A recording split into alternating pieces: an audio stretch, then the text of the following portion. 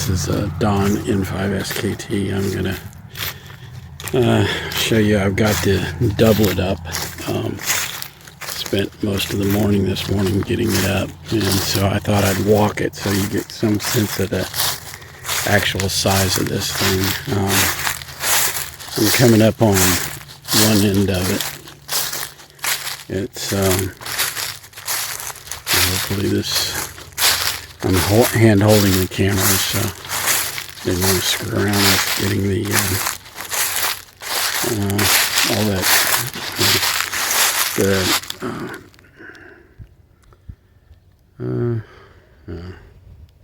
the gimbal out. So might do that later. But anyway, so here's the end of it, and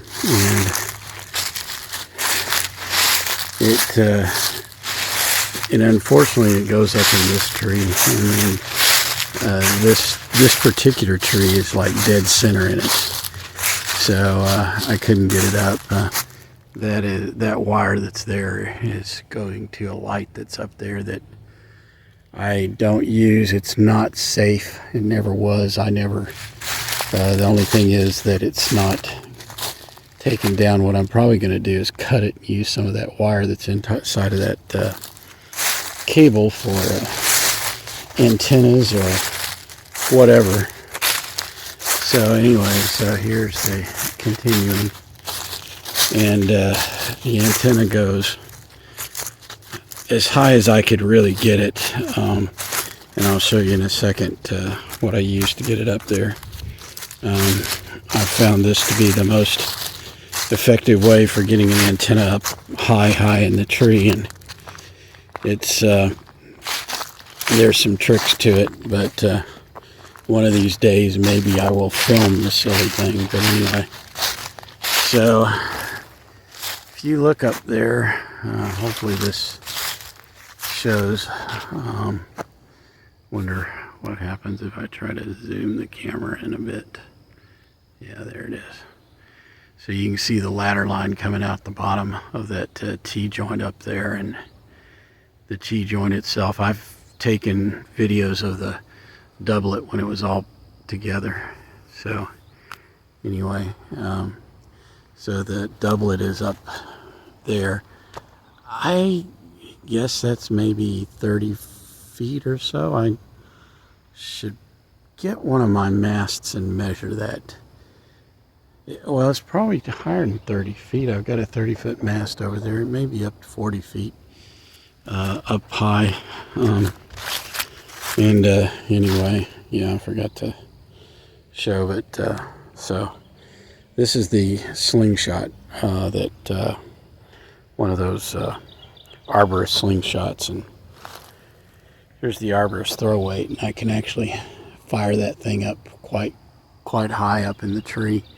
That was one of the best shots I could get. I tried to go over this limb here because it's more accessible and more free of other limbs, so that when I try to pull the thing up and taut, it's not caught in a lower limb and therefore gets pulled down.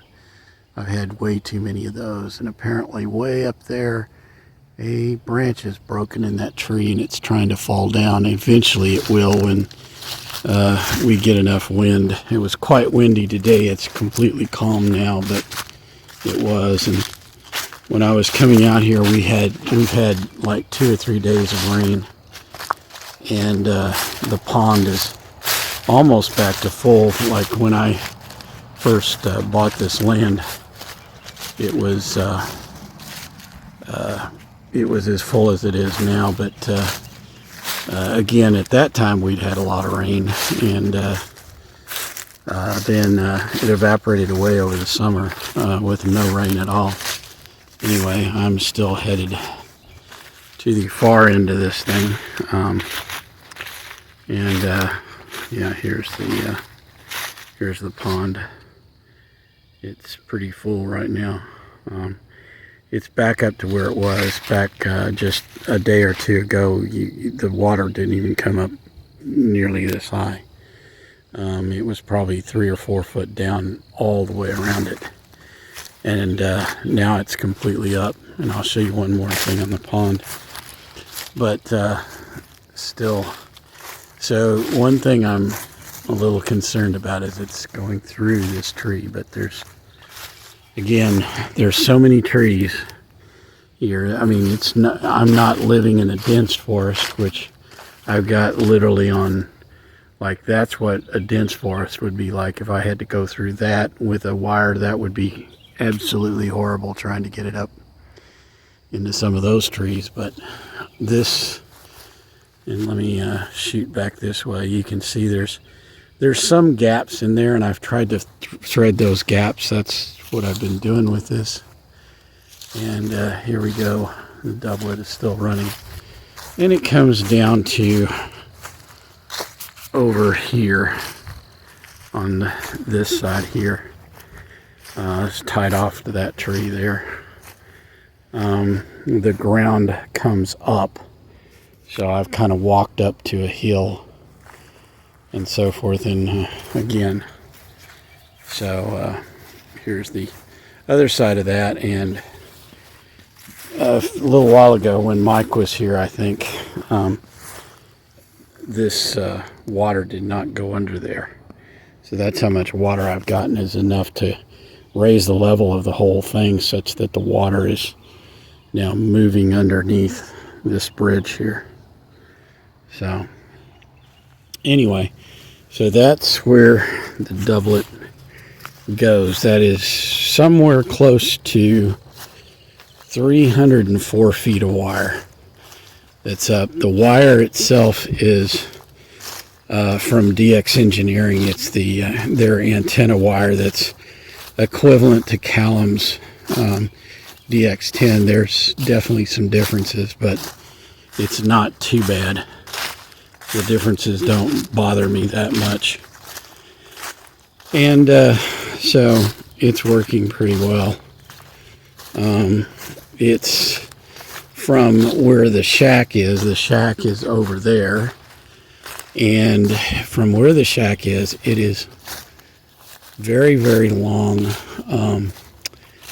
So the ladder line that I'm going to walk now, which again is up there, the ladder line is 100 foot of ladder line that I bought off DX Engineering.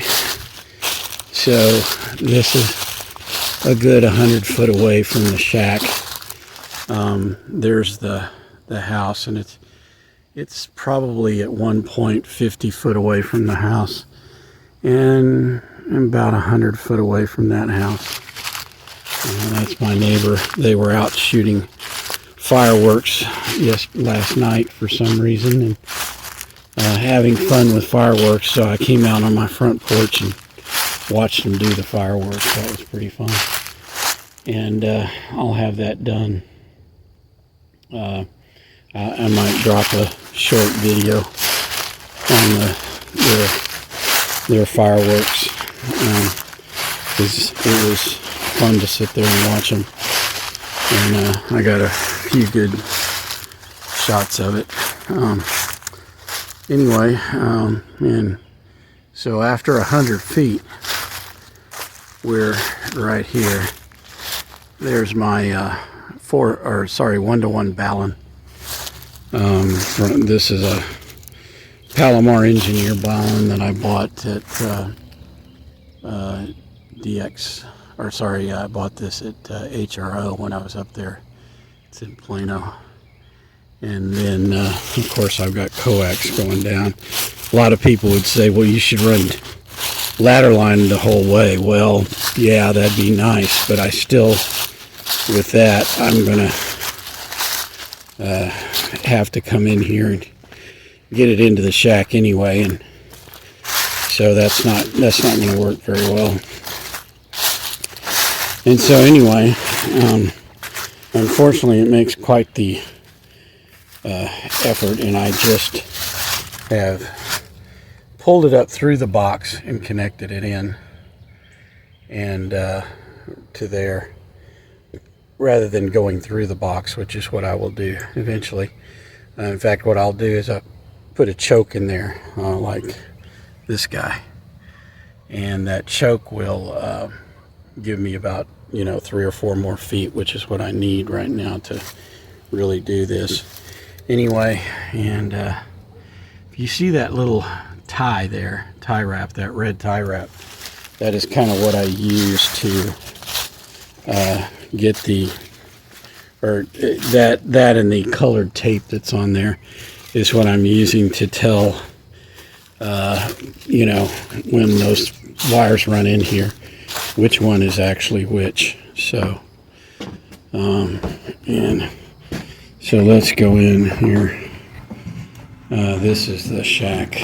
It's kind of warm in here actually right now, probably from the 2 amplifiers running, which are really the only thing that's on right now. I don't really have the, but what I'm doing for fun is the doublet is connected here to the 7300. This is a 7300. I know a lot of people will know that I don't particularly care for the 7300. But now that I'm out here away from all the noise I used to have, the radio's growing on me, and I'm enjoying operating it. So it really is a fun radio to operate. I'll fully admit that. I couldn't get over all the overloading that I was getting on it before. But out here in the country, there's little to no overload. So let's power this bad boy on. And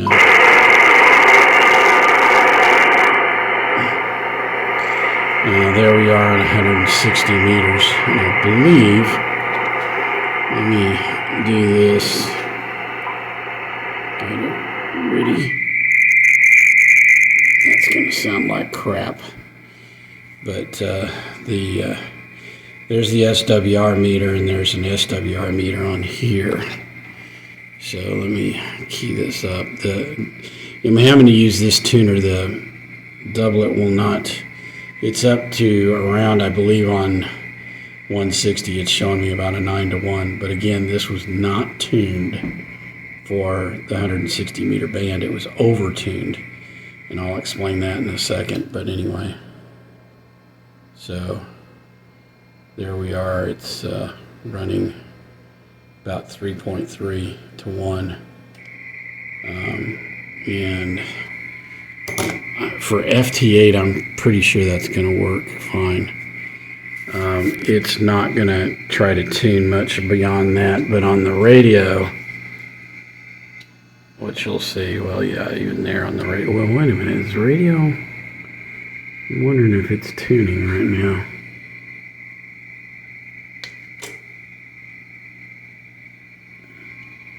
I'm going to reset it and see.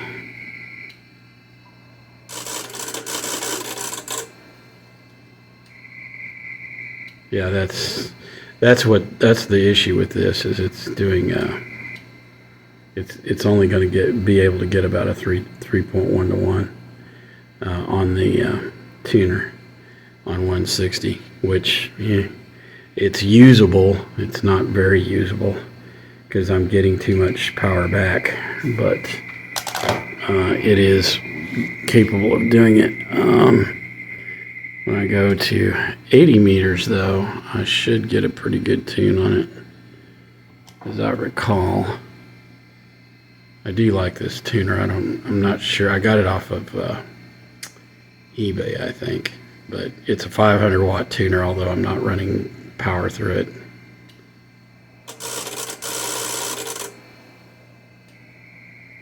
So I'm getting about a 2.69 to 1, so not too terribly bad on 80.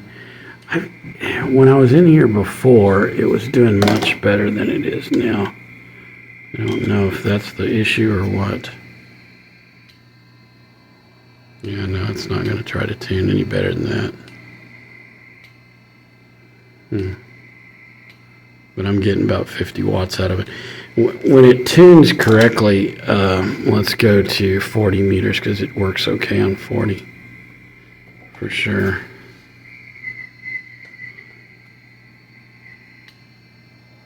Oh yeah, that's right. Yeah, it's in ready.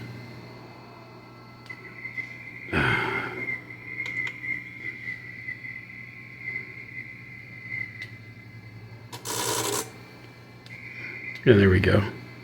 So I'm getting 110 watts out, and it's 99%. For some reason, whatever reason, I don't know. It was sometimes I'm not exactly sure how to use this tuner. I know when I can get it to tune, and I've run it on run this same tuner on, or this same doublet on 10, 12. 15, 17, and 20, and it's worked fine. When I actually put an analyzer on it, it shows that it'll tune pretty well on 150. So,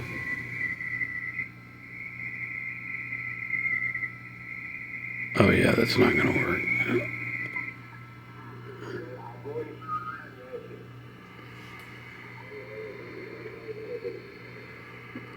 But let's do one other thing real quick. Hopefully you can see this.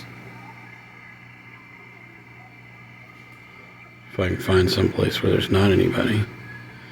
Say S3. That's my base noise floor, and actually I even think there's somebody there. Yep. Man, finding someplace on 40 where there really isn't anybody. I think that's about as quiet as I'm going to get, and I'm getting about an S3.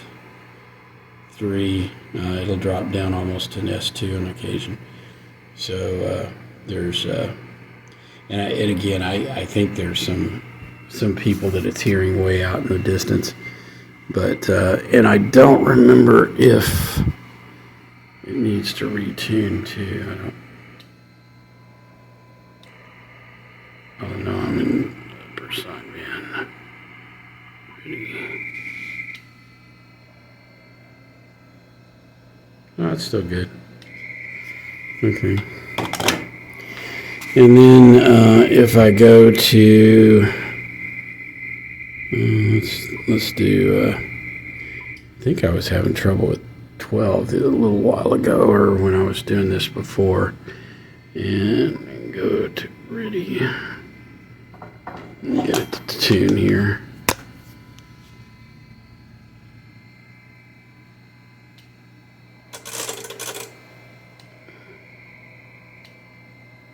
At 1.16, so yeah, it works fine on 12. So up to 40 meters I get below, when I tune, I'll get below 3. On 160 it's still tuning above 3, and then on 80 it's around 2.6, and I swear on 80 before, when I was doing 80, it was doing a lot better than that, because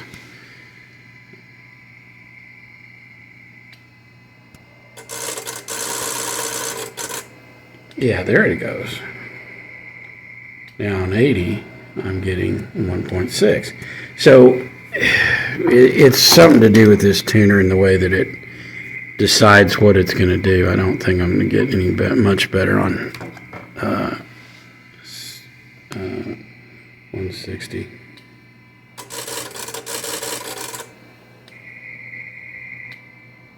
Yeah, no, I'm getting about 3.32.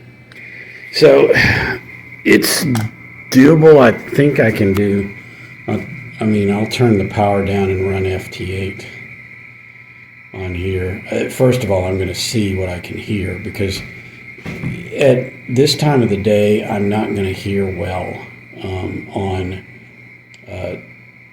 40 or 160. I mean, it's not full dark, and so I really don't know what my noise floor is. So we'll just go with that.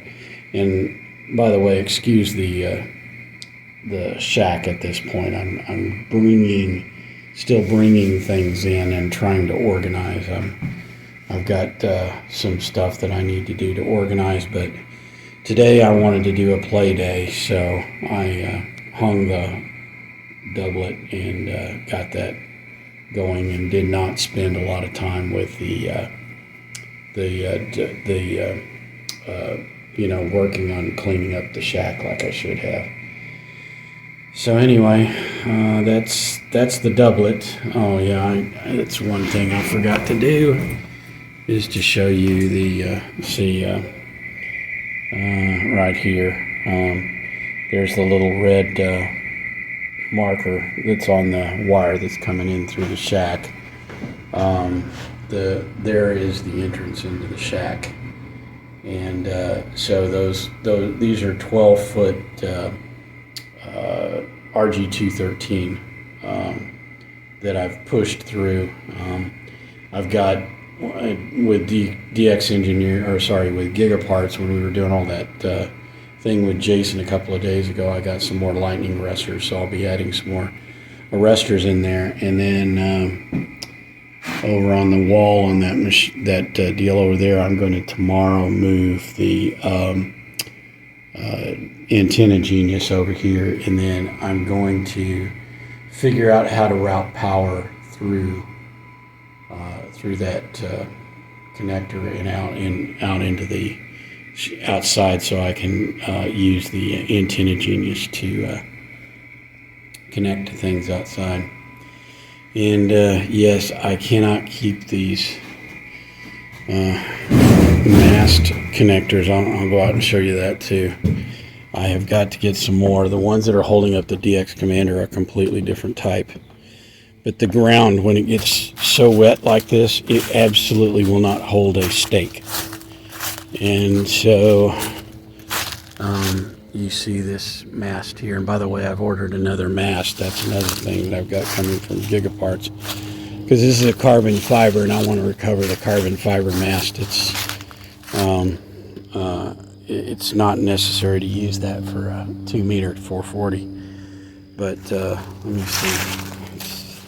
These are the stakes here, and these things, they just will not stay. I've pushed them all the way in. I've hammered them all the way in to the ground, and when the ground gets wet, they just lift right out.